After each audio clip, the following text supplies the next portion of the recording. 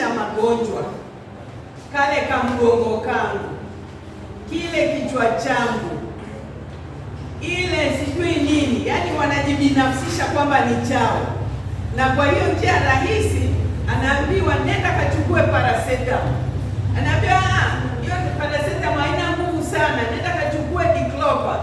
Mwingine anaambiwa nenda kachukue brufen. Yaani watu wanakuwa madaktari kwa jinsi ambavyo wewe unamueleza. Wanaacha kwenda kwa daktari ambaye ni mtaalamu, wanasikiliza maneno. Hii inatokea mara nyingi wakati ambapo watu hawana elimu sahihi ya jinsi ya matumizi ya dawa.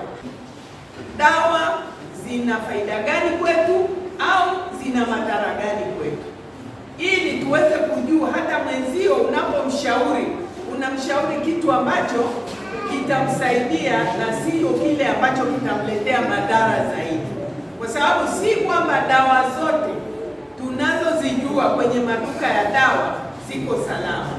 Zingine haziko salama kabisa, na ndio sababu daktari akikuandikia anakuambia utumie kwa siku 5 tu, kwa siku 3 tu. Mwingine anakuambia ukishatumia leo moja basi.